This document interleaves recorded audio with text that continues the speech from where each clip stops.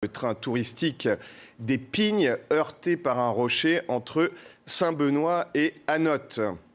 Le rocher, vous le voyez sur ces images, est impressionnant. Il fait 20 tonnes. Il s'est détaché de la montagne pour heurter de plein fouet le train au moment de son passage. Le premier wagon a versé dans le talus, faisant 2 morts. Une touriste russe et une octogénaire de la région. Place maintenant à l'enquête sur place. On va retrouver notre envoyé spécial Laure Para qui nous fait le point.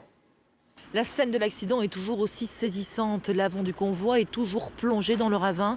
Le wagon penche dangereusement dans le vide. La seconde voiture, elle est certes sur les rails, mais franchement déséquilibrée. Alors la zone, évidemment, a été sécurisée, notamment pour permettre le travail des gendarmes, des constatations et des investigations qui vont se poursuivre aujourd'hui aux alentours de 11 h, grâce notamment aux moyens techniques de l'Institut de recherche criminalistique de Rosny-sous-Bois. Les gendarmes vont obtenir des images en 3D, des images qui vont leur permettre de déterminer avec précision la vitesse et la trajectoire du rocher ainsi que la vitesse et la trajectoire du train au moment de l'impact, car l'impact a bien eu lieu au passage du train. Alors le rocher de près de 20 tonnes a dévalé près de 200 mètres de dénivelé pour s'échouer derrière moi, juste à côté de la route la nationale 102. Alors la zone en amont, en haut de la falaise, sera évidemment inspectée et sécurisée pour éviter qu'il y ait d'autres éboulements, d'autres chutes de rochers dans une zone qui à ce jour n'était pas considérée comme accidentogène.